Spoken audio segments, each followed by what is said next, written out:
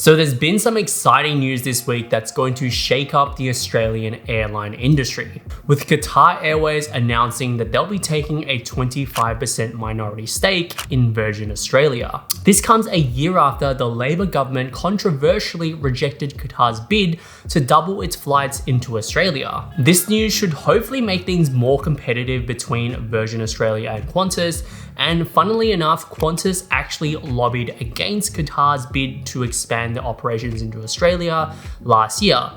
Surprise, surprise. But it seems like Qatar's been able to figure out a workaround. So what does all of this mean for us Australians? Let's explore this and more in today's video. So the most exciting news to probably come out of this announcement is that Virgin Australia have also announced plans to begin flying long-haul flights from Melbourne, Sydney, Brisbane, and Perth to Doha by the middle of next year. This service is set to kick off under what is known as a wet lease agreement, which essentially means that Qatar will provide the planes, the food, and the catering, whilst Virgin Australia picks up the bill. This agreement will essentially allow Virgin Australia to offer over 100 different routes and destinations across Europe and North America. This is definitely an exciting step forward for Virgin Australia, who actually stopped doing long-haul international flights after COVID-19. Ironically, Qatar is already flying 3 former Virgin Australia 777s, which they picked up when Virgin Australia removed all of their wide-body aircrafts when they went into voluntary administration back in 2020. Whilst Qatar Airways has repainted these jets to align with their own branding,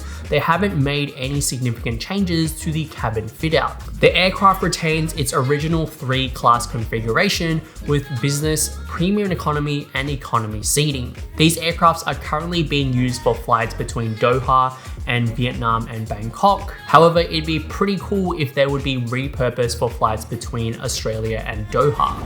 The Velocity Frequent Flyer program should also benefit greatly from this announcement, with the official press release stating that this partnership will come with increased earning opportunities of Velocity points and status credits, and also greater availability of points-based redemption opportunities. There will also be expanded code share arrangements between Virgin Australia and Qatar, which for those of you who don't know what code sharing means, this is essentially an agreement between 2 airlines where they're able to sell seats on each other's flights. This gives the appearance of airlines flying to more destinations, and by doing so, the airlines typically share the revenue on that ticket.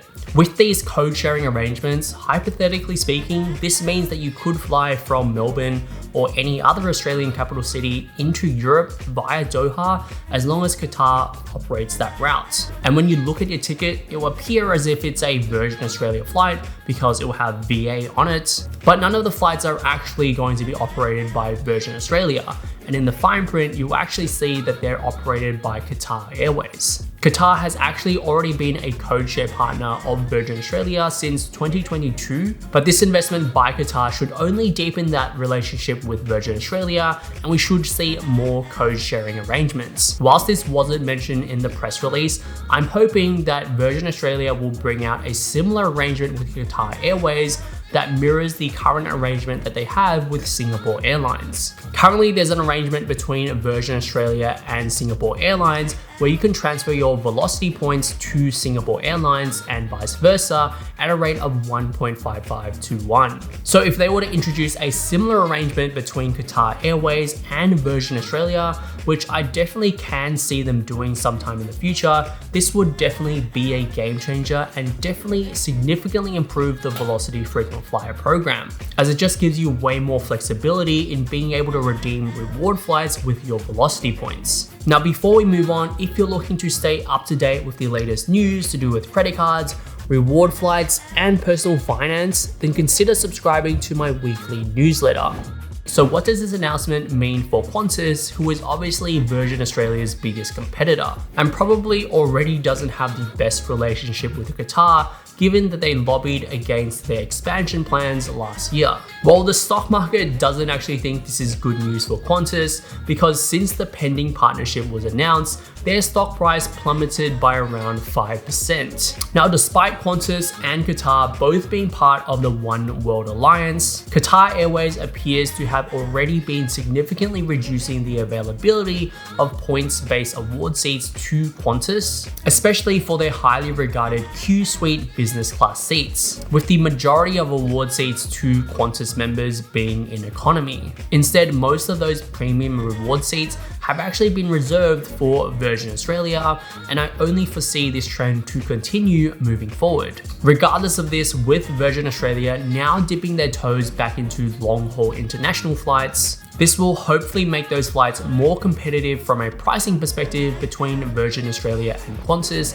given that there's more choice for consumers now. Following the demise of Rex, it was actually found that airfare prices had actually gone up by more than 10%. Whilst I'm not sure if we're going to see a 10% decrease in long-haul flight prices, hopefully it'll be something similar in nature. But regardless, I'm sure that most people would appreciate any type of discount in the current economy. Now, it's important to note that this is still subject to approval by the ACCC and the Foreign Investment Board. However, I don't think that they would have made this announcement if they didn't think this would likely be approved. And frankly, I don't really see that many arguments against allowing this, given that this will only make things more competitive in the aviation industry in Australia.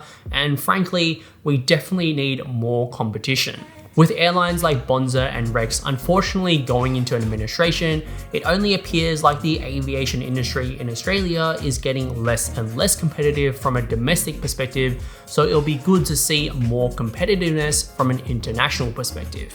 And that's all I had to cover off in today's video. So let me know down in the comments below, what do you guys think about this new partnership announcement? Personally, between my partner and I, we've been solely focused on earning Velocity points this year, and this news will definitely not change our strategy. In fact, we might even double down on continuing to earn Velocity points moving forward. If you have enjoyed the video or learned something new, make sure to hit that like button down below and subscribe for more content like this in the future. And if you want to learn how I paid only $700 for Qatar's Q Suite business class for me and my partner to Europe next year, then you might want to check out this video right here.